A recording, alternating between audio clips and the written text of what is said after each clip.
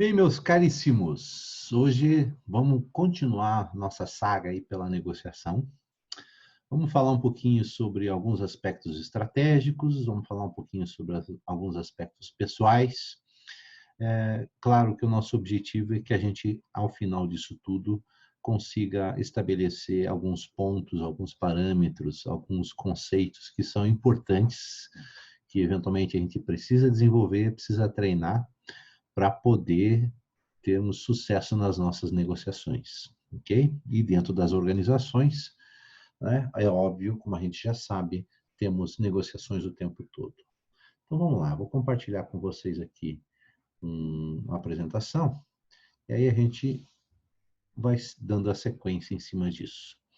Bom, vamos iniciar então falando um pouquinho sobre, né, a nossa agenda. A gente vai falar um pouquinho sobre alguns fatores humanos, ou o fator humano em si, a importância dele dentro da negociação, e algumas estratégias e tipos de negociação, tá? Então vamos dar sequência. Bom, primeiro vamos falar sobre fatores humanos, como o comportamento humano ou algumas características humanas importam dentro da negociação, né? É claro que, de uma certa forma, quando a gente se qualifica pessoalmente, né, para poder desempenhar uma tarefa ou uma atividade de negociação, melhor a negociação ocorre. Então, mas esses aspectos são aspectos importantes, né? Por exemplo, as questões de liderança, as questões relativas aí a aspectos, vamos dizer assim, comportamentais, né? Então, de uma certa forma, sempre que existe uma negociação, né, existe uma relação entre pessoas. Então, esse comportamento, esses fatores são importantes. Tá? Então, excelente qualidade no fator humano dentro das organizações eleva a capacidade de competição que uma empresa tem em relação aos seus concorrentes. Veja que frase importante, tá? Apesar de óbvia, né? Quanto melhor nós temos o nosso quadro de pessoas dentro das empresas, melhor nós temos as negociações, melhores resultados, ou seja, tudo leva vamos dizer assim, uma melhor condição da própria organização. E, obviamente, que investir em pessoas qualificadas ou treinar as pessoas que nós temos confiança dentro da organização é fundamental para que a gente tenha bons resultados, tá? Dando sequência, vamos falar um pouquinho de liderança e negociação. O que é liderança? Liderança, obviamente, se estabelece ou, de uma maneira geral, acaba se conquistando através da própria organização e ela vem refletida em, eventualmente, até próprias posições, né? A gente não está especificamente falando de liderança, mas, de uma certa forma, ela é importante e, muitas vezes, ela é exercida dentro das organizações, dentro das negociações, de maneira indireta, né? Quando uma determinada pessoa leva à frente ou toma à frente da negociação, mostrando ou argumentando ou se posicionando, né, de uma certa forma influencia os demais em relação àquele posicionamento. Ah, então a liderança é algo importante. Você vê isso normalmente em gerentes de venda, né, em líderes de equipe, eventualmente até pessoal que tem, vamos dizer assim, uma condição de estabelecer por si só um poder, muitas vezes especialista, às vezes um poder de persuasão, às vezes um poder mesmo de hierárquico, né, de posição. Então, aquilo que a gente já conversou anteriormente, de uma certa forma, ele é aquele que tem mais experiência, aquele que apresenta mais condições, eventualmente, de liderar. Tá? Então, é algo extremamente importante também dentro do contexto que a gente conhece da negociação. Então, aqui o Chiavenato sugere que um líder pode dar as seguintes contribuições numa negociação, por exemplo, influenciar os demais envolvidos, como a gente comentou, incentivar as pessoas a explorarem seu potencial, direcionar as pessoas para tomarem as ações ou as decisões corretas, e, obviamente, sendo maduro, autoconfiante, naturalmente motivado, íntegro, algumas características da liderança aí que vocês podem ter, de uma maneira geral, transferidas aqui para dentro da negociação. Tá? Então, com essas e outras características, o líder torna-se referência para os demais. Tá? Naturalmente, suas atitudes refletem no comportamento dos colegas de trabalho e isso impactará nos números da empresa. É óbvio. Tratando-se de vendas, por exemplo, o comportamento do líder pode fazer a diferença para toda a equipe e para a empresa. E lembre-se, todos os negociadores são pessoas. Tá? Então, a questão da liderança, ou estabelecer, ou posicionar, ou empoderar as pessoas de modo que essa liderança acabe surgindo, eventualmente até naturalmente, também é uma situação, um caso importante. Beleza? Dando sequência, o relacionamento em si. Relacionamento, como assim relacionamento? Tem a ver com propriamente negociação. Né? Quando você estabelece uma negociação vitoriosa, sob o ponto de vista global, não somente seu, mas de todos os lados, principalmente você consegue estabelecer uma negociação que eventualmente pode vir a se repetir no futuro. Por exemplo, quando você está tratando empresa com clientes. Né? Quando você tem uma negociação adequada, interessante e de bom termo para todos os envolvidos, provavelmente ela vai se repetir. Tá? Então, aqui ele diz assim, ó, quer saber quando a sua negociação deu certo? A resposta é simples. Se você tem relacionamento sadio com quem já negociou, certamente você fez a coisa certa e está no caminho correto. Sadio para os dois lados. Tá? Não quer dizer que os clientes saiu feliz e você saiu com uma margem muito ruim ou eventualmente negativa dessa negociação, forçado à venda por uma situação alheia à sua vontade. Não é isso que a gente está dizendo aqui. A gente está dizendo que todos, de uma certa forma, têm que estar protegidos e adequados dentro da negociação quando ela se deu de maneira adequada. Tá? O que mais? Então, criar relacionamento é eventualmente um dos objetivos da negociação. Né? Quando você consegue adequadamente tratar essa situação ou essa condição de negociação adequadamente, você acaba estabelecendo um relacionamento melhor com o seu cliente, principalmente. Né? Então, é algo importante e interessante. Eventualmente, quando você trata ou quer voltar a adquirir um equipamento adicional ou algo diferente em relação àquele equipamento, a negociação retoma, vamos dizer assim, através desse bom relacionamento que acaba surgindo ou saindo de dentro dessa negociação. Tá? Os relacionamentos pessoais criam um nível de integridade e confiança entre as pessoas que diminui a ansiedade e facilita a comunicação. Então, é óbvio que com um bom relacionamento, com uma boa condição de relação entre as pessoas, isso acaba gerando também confiança e melhorando, eventualmente, até situações difíceis que eventualmente podem surgir dentro de uma negociação. Continuando, a negociação baseada no relacionamento deve ser sempre a chamada ganha-ganha. Para isso, é óbvio, a gente tem que utilizar a questão da empatia, né, de se posicionar na condição do outro, né, vestir os sapatos do outro, tentar se colocar na posição dele e tentar identificar essa condição. Tá? Requer tempo, investimento, paciência. Né? Ok? Vamos falar um pouquinho de feedback. O que é feedback, basicamente? Feedback é realimentação. Tá? É você dar retorno daquilo que está acontecendo. É você falar ao outro, olha, não estou gostando dessa posição ou algo nesse sentido. Feedback é uma situação que normalmente é bastante comum dentro das organizações, quando você dá, por exemplo, aquela conversa com o seu funcionário, funcionária ou com o seu chefe, chefa, em relação a isso, em relação à sua condição, à condição dele, e apresenta para ele argumentações em relação a como é o comportamento dele. Tá? Agora, feedback e negociação, é possível ter isso? Né? Então, de uma maneira geral, o feedback pode ser dado dentro da negociação no momento em que você sente que um lado está agindo de uma maneira que você eventualmente pode não estar adequado ou pode estar adequado e você gostou. Então, o feedback é algo que é possível ser tratado dentro da negociação também.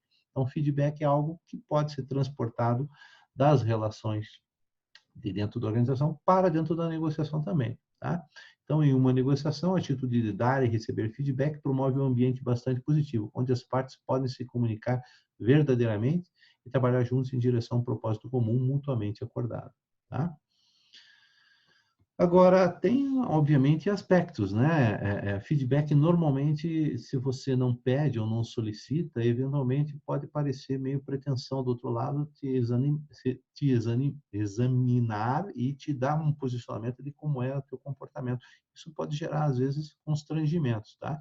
Então, normalmente, o feedback é algo que você precisa saber quando colocar, né? Então, é algo que, de uma certa forma, difícil de se fazer e muitas vezes você acaba eventualmente dificultando caso o feedback venha a ser mal interpretado pelo outro lado, tá? Então, em negociações, feedback é um recurso útil e desafiador, excelente meio para estabelecer com seus relacionamentos, coletar informações e aprender como o processo está se desenvolvendo. Mas nesse slide aqui, ó, né, o feedback deve ser fornecido quando você acha que há uma boa chance dele ser aceito e considerado útil, e também não colocar na defensiva quem o recebe. Então, esses são alguns aspectos importantes dentro do chamado feedback da negociação. Ok? Agora, tem uma palavra que vem de origem francesa, que é rapport, né?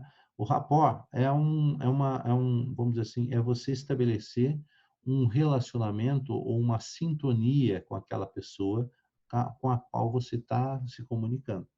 Tá? Então, existem algumas técnicas de rapport que vem ultimamente sendo muito utilizado dentro da chamada neurolinguística, né?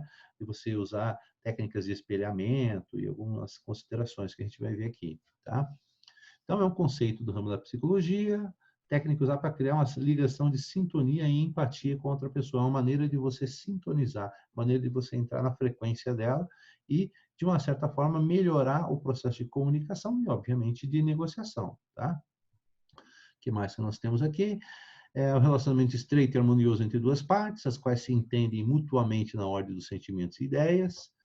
Uma ótima comunicação, não é preciso pensar duas vezes considerar a importância do rapport, ok? Algumas técnicas que eu havia comentado, o chamado espelhamento, a pessoa imita alguns elementos da linguagem corporal, postura, respiração, gestos, de forma gradual, outra pessoa põe a mão na mesa, você discretamente coloca a mão na mesa também, eventualmente numa forma de espelho, coisas assim nesse sentido são possíveis de serem aplicadas, são técnicas, né? E eventualmente podem ter algum tipo de ação na melhoria da sintonia. A chamada reciprocidade também é uma técnica de rapport, onde você começa a estabelecer um relacionamento melhor, né, de fazer favores ou dar presentes sem pedir nada em troca. É a reciprocidade, é você estabelecer uma relação melhor. Né? Aquela técnica do vendedor de começar a conversar sobre os seus interesses, aquilo que te move, né? De modo a encontrar, vamos dizer assim, interesses em comuns e estabelecer a camaradagem e confiança, aquela conversa de uma maneira geral que acaba te dando uma melhor entrada em relação ao entendimento de como é o outro lado, aquele a quem a gente está negociando. Né? Na área de vendas é muito comum treinamentos em relação a esse aspecto de você estabelecer o rapport, de você estabelecer essa condição, mesmo na pós-venda, mesmo nessa situação de se colocar, né? O fato de você, por exemplo, né, agradecer a presença, agradecer a condição, após a reunião se mandar um e-mail, uma mensagem agradecendo o tempo dispensado e tal, são coisas que você, né, estabelece técnicas e ferramentas utilizadas para você melhorar a condição de comunicação e sintonia com o outro lado, ok? Agora vamos falar um pouquinho de estratégias e tipos de negociação. Falamos alguns fatores humanos, agora vamos falar um pouquinho de estratégia, tá? Estratégia dentro da negociação, estratégia é um conceito muito falado dentro da administração, vocês vão ter vamos dizer assim, muita coisa se falando ou se discutindo em relação à estratégia. Tá? Mas vamos falar de estratégia de negociação. Né? É claro que, dependendo do tipo de negociação, daquilo que a gente quer, do nosso objetivo, é claro que a estratégia a ser adotada naquela negociação tem que ser um determinado caminho. Tá? Então, obviamente, a gente precisa entender essas questões através daquele planejamento anterior, de entender os nossos objetivos, aquilo que a gente quer, para poder criar uma estratégia que, de uma certa forma, acabe nos levando ou trazendo a gente novamente para aquele ponto que a gente gostaria. Ok? Então, tem alguns temas, se você procurar estratégias de negociação, tem lá 7, 9, estratégia de Harvard, estratégia não sei o que lá, você tem uma série de possibilidades, diferentes tipos e abordagens de negociação. Tá? Eu trouxe alguns aqui para vocês, só para a gente poder discutir. Por exemplo, esse aqui, né, Mello, 2007, numa negociação, ele diz que tem 4 estratégicas não, 4 estratégias. Estratégia de competição, de cooperação, de relacionamento e da indiferença. Tá? Então, ele diz o seguinte, ó, ele inclusive tem esse quadro aqui para a gente poder conversar. Só um minutinho. Então, nesse slide aqui, a gente vê num quadro, basicamente, essas condições aqui. Ó, a importância do relacionamento futuro, tá? Dentro daquela negociação. Eu quero ter um relacionamento continuado com aquele outro lado. Isso é alto, ou seja, alta importância, ou é baixa a importância? E o grau de conflito que a gente quer assumir em relação a isso, é baixo ou alto? Observe aqui, ó. Ele diz que, então, que são 4 relacionamentos: cooperação, indiferença e competição. Então, em termos de relacionamento, tem uma alta importância num relacionamento futuro e um baixo grau de conflito. E aí são equipes de trabalho, negócio com amigos, namoro, investimento, tá? Alta importância de relacionamento futuro e alto grau de conflito, né? Parcerias, sociedades, casamentos, tá?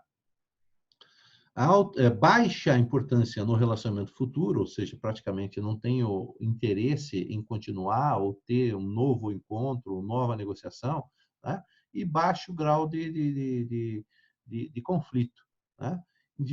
Banco estatal é você fazer uma negociação, fazer algum tipo de ação que utilize o processo do banco. Fila de embarque, pode ser, tá? Competições, aqui no caso, baixa importância e alto grau de conflito. Competição, compra e venda, divórcio, loja, compra de material, compra de equipamento, compra de carro. Então, essa seria, vamos dizer assim, a classificação que o Mello traz para a gente. Existem outras classificações, talvez, um pouco mais interessantes, né? Por exemplo, Lopes Stoichkich afirma 2 estratégias, uma chamada negociação integrativa e a outra negociação distributiva. Tá? O que é integrativa e o que é distributiva? A integrativa é a chamada ganha-ganha. É a estratégia de negociação que a gente busca a cooperação, que busca o acordo, que busca a situação em que ambas as partes saem ganhando naquela história e que, de uma certa forma, acaba sendo aquela que gera melhores resultados de uma maneira geral. Tá? Não que necessariamente a gente não possa entrar numa negociação distributiva. O que é distributiva? É aquela da competição, daquela em que eu vou buscar o melhor para mim, independentemente da outra parte. Tá? Então, tem a ver com essa questão da vontade de estabelecer um relacionamento mais duradouro, né? E algo nesse sentido. Por exemplo, quando você vai negociar numa loja e é um cliente pontual que provavelmente não vai retornar ali. O fornecedor ou o lojista provavelmente tem esse conhecimento e não tem muito interesse, eventualmente, em estabelecer, ou negociar, ou buscar, ou baixar o preço. Aquilo ali acabou. Né? Agora, quando você tem talvez uma loja em que é possível que aquele cliente retorne e que ele retornando vai ter, vamos dizer assim, uma continuidade de uma rentabilidade maior para a empresa, para a loja, de uma certa forma, esse relacionamento tende a ser integrativo. E aquele outro anterior, mais na maneira distributiva. Tá? Então, o ganha-ganha, integrativo, e o ganha-perde, vamos dizer assim, chamado distributivo. Tá? São interessantes também, 2 visões legais aí, eu acho legal a gente conhecer, tá? Por exemplo, aqui, ele fala, ou traz esse contexto da distributivo e tal, de uma maneira geral, num determinado quadro. Por exemplo, aqui, A relação futura é importante? Sim. Né? Resultados são importantes? Sim, também. Então, o ideal é cooperação, a chamada abordagem integrativa. Tá? Agora, o resultado é importante? Sim. Perdão, a relação futura é importante? Sim. O resultado é importante? Não. Para nós não é tão importante, então eu vou na chamada acomodação, eu vou ceder aos interesses da outra parte. Observe aqui que é mais importante a relação futura que necessariamente o resultado daquela negociação. E aí é acomodação, eu cedo aos interesses da outra parte. Agora, a relação futura é importante? Não. Os resultados são importantes? Sim. Então, é competição, orientação distributiva, aquilo que a gente comentou anteriormente. Na loja que não tem muito interesse em manter uma relação de longo prazo contigo. Tá? E nessa aqui, os resultados são importantes, sim, mas a relação futura também é importante. Então, cooperação. Tá? Agora, quando você não tem relação e o resultado também não é importante, não negociar. Tá? Você simplesmente não negocia, busca, olha, isso aqui, se quer, se não quer, tem quem quer, vamos dizer assim. É aquela condição que, de uma certa forma, acaba gerando uma não negociação, não entrar na negociação. Não vou negociar, é isso aqui e acabou. Tá? Então, são interessantes aí, visões interessantes. Tá? Então, vamos pensar um pouquinho melhor. A gente viu que a integrativa talvez seja mais interessante, gera relacionamentos futuros com mais, vamos dizer assim, consistência. Tá? Então, vamos ver um pouquinho. Ó. Evitam impasses, evitam a não resolução de um conflito, reforçam as relações interpessoais. Tá? Então, as pessoas acabam tendo um relacionamento pós-negociação melhor, mais reforçado, contribuem para o bem-estar, né, de todos, pois usufruem do resultado satisfatório para ambas as partes e melhora os resultados, obviamente. Em médio e longo prazo, o resultado acaba transparecendo dentro da organização. Tá? Então, de uma certa forma, isso é importante. São situações ou condições que a estratégia integrativa apresenta para a gente. Ok? Dando sequência, os tipos ou modalidades de negociação Albrecht e Albrecht são conhecidos como ganha-perde, ganha-perde disfarçada, negociação ganha-ganha. Então, tem o ganha-perde, ganha-perde disfarçada e ganha-ganha. Então, vamos dar uma olhada no que quer dizer cada uma dessas. Tá? O que é o tal de ganha-perde? Só um dos lados sai, vamos dizer assim, como resultado positivo, o outro lado sai perdendo. Tá? Então, só é possível chegar a um acordo final quando alguma concessão é feita. Né? Normalmente, medição de forças, o pessoal negociando ali, mostrando ou não, tal. Então, utilização principalmente aí de poder, né? Às vezes poder especialista, às vezes poder, vamos dizer assim, de posição. Tá? Então, a negociação ganha-perde é algo que tem a ver com esse aspecto, né? Que você não abre mão ou, de uma certa forma, tem essa condição. Okay? Já a negociação ganha-perde disfarçada é aquela em que existe a falta do total de informações relacionadas. E, eventualmente, aquela pessoa até está se fazendo de eu vou ceder aqui, vou dar um desconto, mas você vai ver que realmente no final quem vai estar ganhando sou eu. Né? Obviamente ele não vai dizer isso, não se posiciona dessa maneira na negociação, mas fica aquela sensação de que fui enganado. Né? Aquela sensação de que eu comprei naquela loja, eu voltei para casa e disse assim, putz, realmente não foi algo positivo, interessante para mim essa negociação, e eu acabei perdendo, né? E obviamente esse sentimento acaba transparecendo no não retorno, né? Em novas negociações, onde isso não vai acontecer eventualmente. Tá? Então, o cliente eventualmente não volta mais, ou coisas assim. Então, é o tipo de negociação que baseia-se na ideia de vou tirar de vantagem de você, somente daqui a um tempo você saberá disso. Também é interessante essa.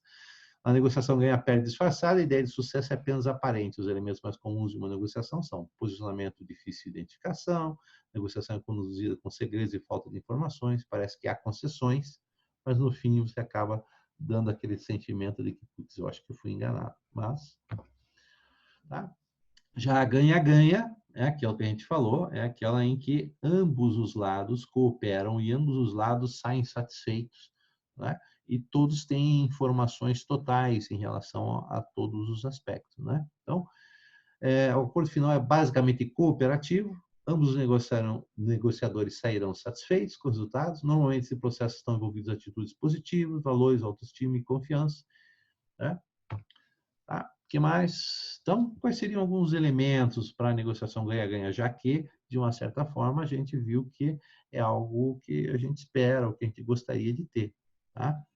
Então, olhando para isso, faça as perguntas certas. Você precisa saber qual é o objetivo, o que, que o seu oponente, vamos dizer assim, momentâneo na negociação quer. Né? Quais são os interesses dele? Né? O rapport, né? A questão da empatia. Né? Então, é sempre importante você fazer as perguntas, você saber, né, naquele momento o que ele espera, o que ele gostaria de ter, quais são as necessidades dele, quais são as condições que ele precisa para poder eventualmente fechar essa situação. Então, fazer as perguntas certas. Se você está na área de vendas, por exemplo, você saber quais são as necessidades, as informações, a importância daquele produto para o seu cliente ou daquele serviço é extremamente importante para você, né, estabelecer essa ligação, entender qual é a necessidade do cliente e, eventualmente, oferecer o produto mais adequado para ele naquele momento. Vamos para frente. Seja honesto, tá? Numa relação ganha-ganha, mas não ingênuo, ou seja, a reciprocidade. É importante ser claro e realista para que o outro também possa compreender melhor com quem está negociando. Você precisa ser claro, ser honesto no sentido daquilo que você realmente gostaria e tem condições de se colocar, tá? Mas, obviamente, não precisa ser ingênuo, no sentido de mostrar todas as suas cartas na primeira oportunidade. Tá? Então, você guarda trunfos ou informações que eventualmente podem te favorecer numa situação de negociação, um ou dois passos à frente, por exemplo. E aí você eventualmente utiliza aquela informação, aquele dado, ou aquela condição, ou aquele posicionamento dessa forma. Tá? Então, é importante a reciprocidade e a honestidade nesse momento. Ok? Sequência. Alternativas, é importante estar aberto a alternativas e também oferecer alternativas. Numa relação ganha-ganha, a gente sabe que eu vou precisar ceder um pouco e o outro lado precisa ceder um pouco e a gente vai sair, vamos dizer assim, contente ambos com aquela situação acordada. Tá? Então, propostas, condições, a gente vai explorar todas as possíveis oportunidades e condições, de modo que a gente consiga ter os dois lados um bom acordo, uma boa negociação, ok? Então, saber ampliar, analisar com criatividade, buscar essa condição, sem ficar preso numa ideia inicial, né? Como se eu tivesse uma âncora empreendendo meu objetivo principal, inicial, olha, eu quero disso e não arredo o pé disso. Esteja aberto a essas possibilidades. Para uma relação ganha-ganha, é importante que a gente tenha essa condição, tá? Claro que, eventualmente, dependendo do tipo de negociação, um terceiro pode ajudar. Né? Alguém que, vamos dizer assim, isento, né, de parcialidades, pode ter uma condição, vamos dizer assim, interessante, que pode auxiliar e trazer, talvez, novas condições ou novas ideias, né, criativas para a solução daquele impasse, eventualmente, que pode acontecer. Então, ele pode neutralizar a desconfiança mútua que pode existir inicialmente entre as partes. Então, um terceiro pode ser algo interessante para ser trazido nessa condição de negociação. Ok? Já perde-perde é aquela negociação que a gente não quer entrar. Né? Nesse modelo, acaba sendo uma situação em que você sai com a sensação de que, putz, não foi um bom negócio, e o outro sai com uma sensação de que não foi um bom negócio. Ou seja, em tese, não deveria ocorrer, ou não deveria ser tratado ou direcionado para que acabe acontecendo isso. Mas, por exemplo, você força um desconto numa determinada loja, né? Eu só posso pagar isso e tal, e tal, e tal, e em vez de o vendedor, ao te oferecer o produto, ele te oferece um produto não aquele que você inicialmente gostaria, mas um produto um pouco diferente, talvez com uma qualidade inferior, uma condição inferior. Então, eu saí com aquele produto, não gostei do produto, e o fornecedor também, por aquele preço, também não gostou da venda, ou seja, um negócio que não é bom para nenhum dos lados. A chamada negociação ganha-perde. Ou, desculpa, perde-perde. Tá? Bom, dentro de uma negociação, é importante que a gente vai ver que existe sempre movimentos. Movimentos no sentido de vamos fazer o fechamento da venda, tá? Movimento de contestação, o movimento, eventualmente, de você estabelecer o rapport. Né? Então, tudo aquilo que, de uma certa forma, acaba sendo traduzido na comunicação, certo? A gente chamaria, ou vamos dizer assim, de movimentos dentro dessa negociação, ou da negociação, ou na negociação, tá? Então, por exemplo, alguns deles, né, a gente vai ver o acordo, a coerção, a emoção e o raciocínio lógico, tá? Então, vamos ver. O acordo, é óbvio, é o fechamento, é a base daquilo que a gente busca. Tá? Então, de uma certa forma, estabelecer uma condição que seja interessante para que a gente possa acordar e dizer assim, ok, fechamos, então é isso, eu vou comprar o produto ou não.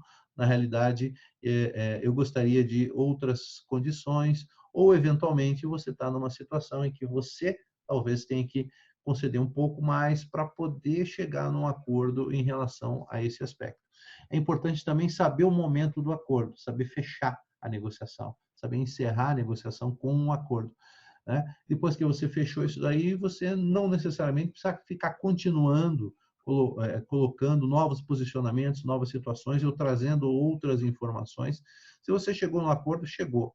Né? Eventualmente deixa outras situações ou outras condições para posteriores negociações ou eventualmente outros aspectos, a não ser que aquele fato ou aquela situação seja importante e você eventualmente precisa dar um passo para trás. Olha, eu acho que esse acordo que a gente chegou não é legal por causa disso, disso, disso, então vamos recomeçar a negociação ou continuar a negociação até a gente chegar num acordo que fique melhor. Tá? Então, é importante entender essa situação. Para isso, você precisa se preparar. Aquele planejamento que a gente comentou anteriormente é extremamente importante para você poder chegar na negociação e saber qual é o ponto ideal que você gostaria de chegar e até que ponto você poderia chegar. Para isso, a preparação, o planejamento é importante. Então, chegar no acordo. Um outro movimento também importante e que acontece normalmente, eventualmente dentro das negociações, é a coerção. É você utilizar, por exemplo, seu poder de especialista, ou seu poder de posição, tá? Ou o poder moral, para coagir o outro lado em relação às suas ideias, né? Às suas condições, o poder de persuasão sua. Então, você acaba coagindo, né? De uma maneira geral, forçando, influenciando o outro lado no sentido daquilo que você quer. Então, obviamente que a gente sempre busca utilizar argumentos que sejam razoavelmente adequados para poder ser utilizado e, de uma certa forma, convencer o outro lado. A questão da coerção aqui teria a ver mais com uma força um pouco superior àquela que é normalmente colocada numa situação de conversa ou de posicionamento e coisas nesse sentido. Então, a coerção tem a ver um pouquinho mais de força, né? O que mais? Vamos ver aqui, a emoção, né? Muitas vezes a gente vê que, dependendo do tipo de negociador, você vê a emoção, né? Dele estar muito feliz ou muito triste, ou vamos dizer assim, insatisfeito, se mostra, às vezes, de diferentes formas ou diferentes maneiras dentro de uma negociação para gerar um certo comportamento ou, eventualmente, numa tentativa de rapport, às vezes, com você. Uma tentativa de estabelecer um relacionamento melhor. Isso pode ocorrer positivamente ou negativamente. O importante é que, eventualmente, você precise entender se naquela negociação, talvez muita emoção ou pouca emoção, talvez seja complicado usar. Então, precisa entender essa questão. Às vezes é uma questão cultural. Né? Muitas vezes em determinadas regiões. A gente sabe que Curitiba, por exemplo, é uma região um pouco mais fria, em que as pessoas normalmente não têm tanta proximidade. E aí a negociação pode ter um determinado aspecto, ou ter uma determinada direção em termos de emoção. Já em outras áreas, em outras regiões do país, por exemplo, você pode ter outro tipo de relacionamento que seja mais importante. E aquele relacionamento, às vezes, se ele não aparece, pode deixar um pouco mais difícil a negociação. Então, utilizar a emoção com cuidado e saber como dosar isso daqui. Eu sei que é complicado, mas eventualmente, com o tempo e com a condição, você acaba percebendo que eventualmente isso é importante para mais ou para menos, tá? E, obviamente, nós temos um chamado raciocínio lógico, a argumentação, né?